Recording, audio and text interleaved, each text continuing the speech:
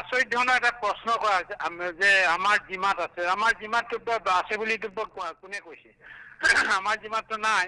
আমাৰ জিমাতটো এইকাৰণে নাই বুলি আমি কৈছো যে যিদিনাখনি গুলিয়াগুলি হৈছে চব চেদেলি বেদলি হৈ গুচি গৈছে, কোনফালে ক'ত গৈছে, বাকী দুজনতো মানে সৌভাগ্যক্ৰমে দুজন গুলি নালাগি হয়তো মানে জীৱনতে উদ্ধাৰ মানে জীৱনতে ওলাই আহিবলৈ সক্ষম হৈছে। বাকী এজনৰ এতিয়া সন্ধান নাই। কালিও কৈছে যে আমি 2 এদিনৰ ভিতৰত ভাৰতীয় সেনা বাহিনীয়ে কৈছে বা অসম পুলিচৰ বিষয়াসকলে কৈছে যে 2 এদিনৰ ভিতৰতে উদ্ধাৰ কৰা হ'ব। 2 এদিনতে নিশ্চয় উদ্ধাৰ কৰিব, আৰু সেই বিষয়টো তেখেতসকলে জানে বোধহয় ক'ত আছে ক'ত নাই, উদ্ধাৰ কৰিব পাৰিম বুলি আপোনালোকৰ চেনেলবিলাকৰ যোগেদিয়েতো প্ৰচাৰ কৰি থকা হৈছে। এই বিষয়টো আমি ল'ব নোৱাৰো যে আমি লৈছিলো যিদিনাখনলৈকে আমাৰ লগত আছিল, আৰু যেনেকি আমি আনিছিলো ONGCৰ কৰ্মচাৰী হিচাপে, তেতিয়া আমি গম পালো এটাইকেইজন অসমীয়া, আৰু সেইকাৰণে এজন অসমীয়া হিচাপে আৰু এইখিনি আমাৰ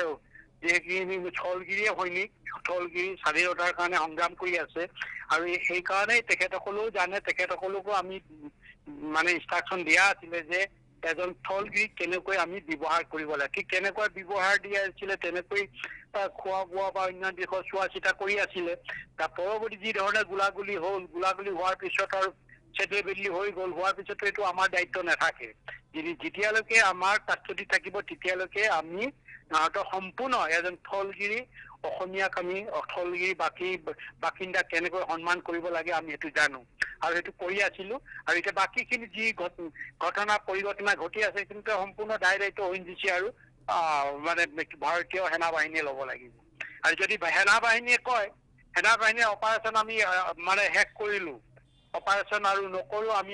মানে ভাগৰি গলো, আমি উলিয়াব পৰা নাই, তেতিয়াহ'লে আমি বিচাৰ চিচাৰ কৰিম। আমি বিচাৰ খোজা কৰিম, গোটেই গাঁওবিলাকক খবৰ ল'ম কেনেকুৱা কি আছে, ক'ৰবাত সোমাই আছে নেকি বা ক'ৰবাত ভয়ত লুকাই আছে নেকি, সেইটো আমি বিচাৰ কৰিম। তেতিয়া এইটো আমাৰ দায়িত্ব আহিব পৰিব। দায়িত্বটো এতিয়া সেনা বাহিনীয়ে লৈছে, সেনা বাহিনীয়ে উদ্ধাৰ কৰিব বুলি ঘোষণা দিছে, স্বয়ং মুখ্যমন্ত্ৰীয়ে ঘোষণা দিছে, পুলিচে ঘোষণা দিছে, পুলিচ চিফে ঘোষণা দিছে,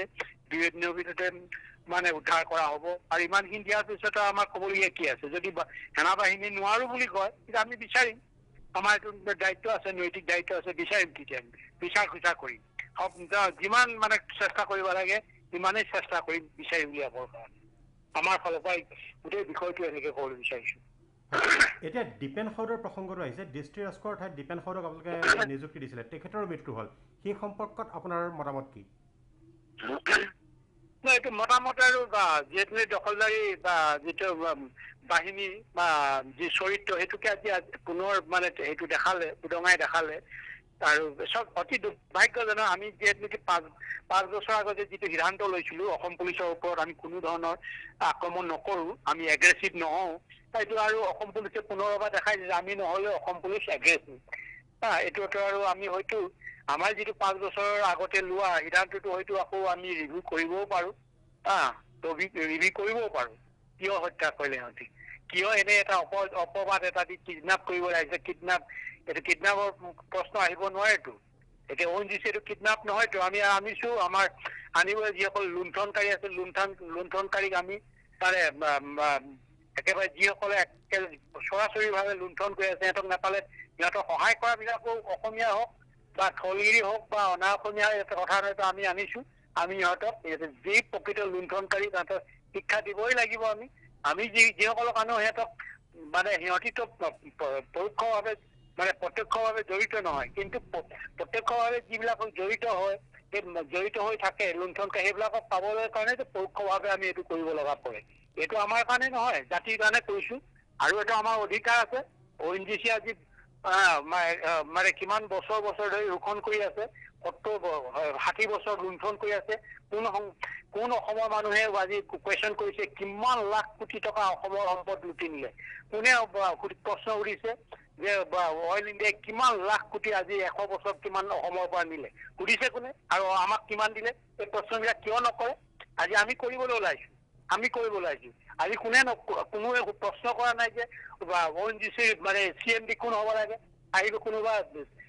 চুৰি মুৰি পুৰি এইবিলাক, আকৌ গুপ্তা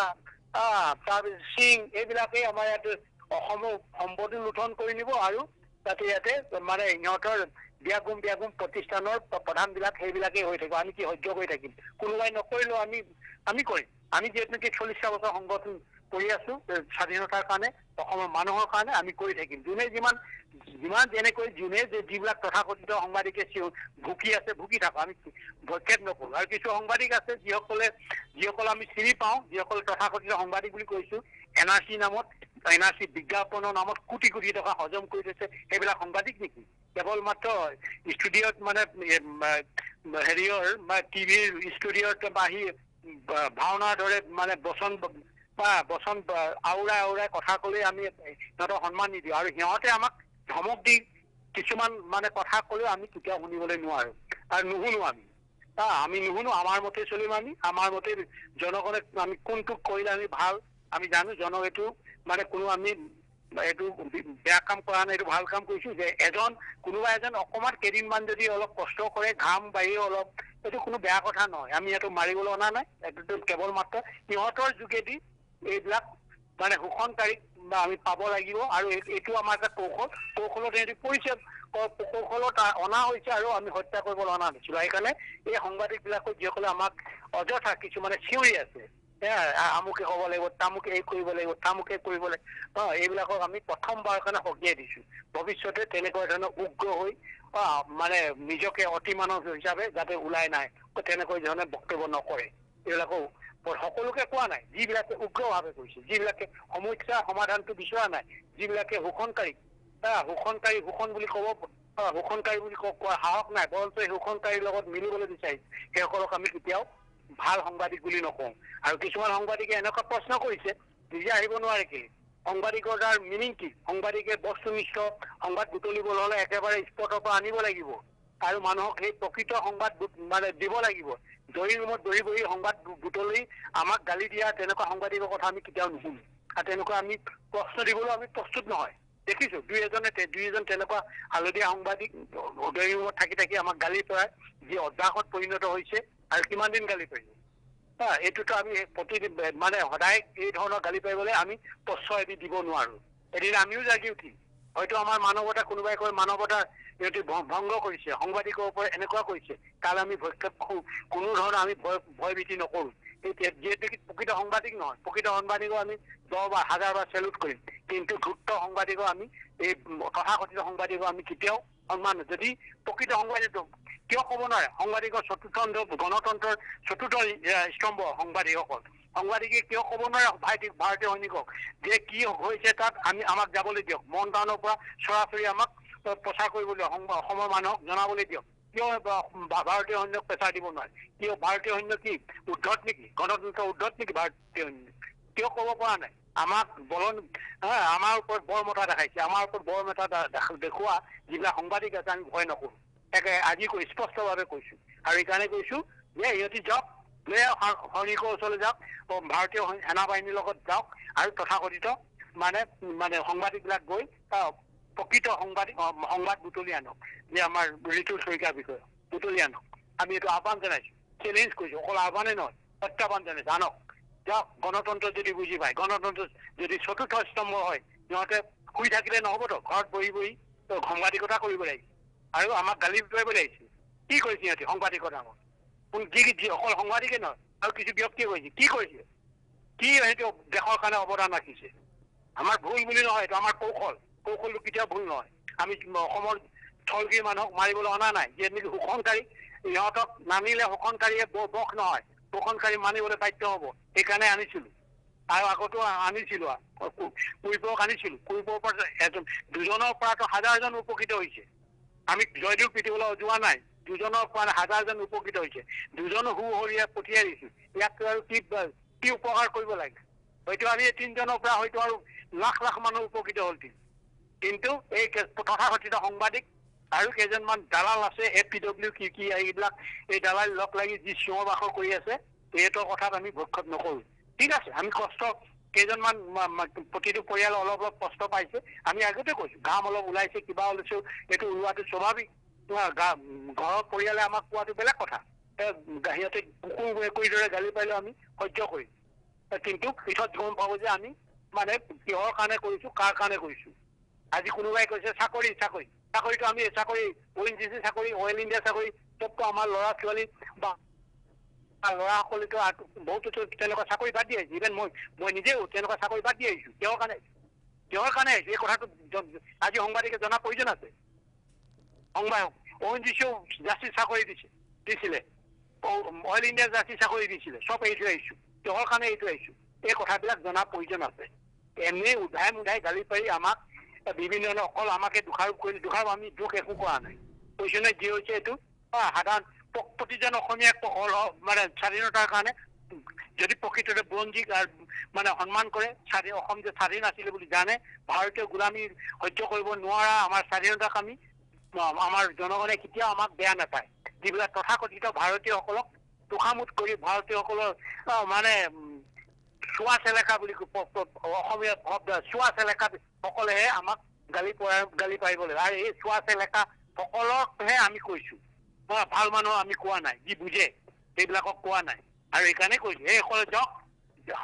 আৰ্মি লওক ভাৰতীয় সেনা বাহিনী লওক যাওক বিতুল শইকীয়াক বিচাৰি আনক যদি নোৱাৰে সিহঁতে কৈ দিয়ে হাত দাঙিলো আমি তেতিয়া আমি তাতে হেৰি কৰিম আমি উদ্ধাৰ কৰিবলৈ চেষ্টা কৰিম সেইটো আমি স্পষ্টকে চেলেঞ্জ দি কৈছো দিয়ক সেইবিলাকে যাওক কৈছেতো আজি কাইলৈ কৰিলো দিয়ক উদ্ধাৰ কৰক আমাৰ 5টা 6টা 7টা ল'ৰা মৰিলো একো আমি আমাৰ সেনা মৰিলো আমি দুখ কৰিব নোৱাৰো সেইটো যুঁজৰ কাৰণে গৈছে কামৰ কাৰণে গৈছে সেইটো তাত প্ৰাণ গলেও আমি মানে কোনো তাতে আমি মানে কোন হেৰি নহওঁ বিচলিত নহওঁ জীৱন মৰণৰ স্থানত আৰু কাৰোবাক নিযুক্তি দিয়াৰ প্ৰস্তুতি চলিছে নেকি সময়ত কম কাৰোবাৰ কোনোবা এখনতো কোনোবাই ল'বই লাগিব এইটোতো আমি সময়ত কম কিন্তু জীৱন মৰণৰ বিষয়টো আমি স্পষ্টীকৰণ ইতিমধ্যে দিলো আমাৰ এজন পুৰণি বা এজন মানে বয়সীয়াল নেতা আছিলে আৰু একেবাৰে পৰ্বতসমূহ অৱদান ৰাখি গৈছে আৰু যেনেকৈ স্বাস্থ্য ভাল নাই বুলি কৈছিলে বা টিবি মানে টিউবাৰকুলোচিছৰ হেৰিটো ভুগি আছিলে বুলি কৈছে আৰু যিহেতু আমি মানে যথোপযুক্ত চিকিৎসা দিব পৰা নাই আৰু সকলো কোনোফালে নিব নোৱাৰা অৱস্থা সক্ষমতে নিজেই কৈছে মই যাবলৈ বিচাৰো তেতিয়াহ'লে আমি সসন্মানে যাব সেইকাৰণে আমি সসন্মানে যাবলৈ দিছো আৰু শেষত এটাই কওঁ যেতিয়া বাচি থকা দিনকেইটা যেন তেখেতে ভালে কুশলে থাকে সুস্বাস্থ্যই থাকে আৰু দীৰ্ঘায়ু কামনা কৰিছো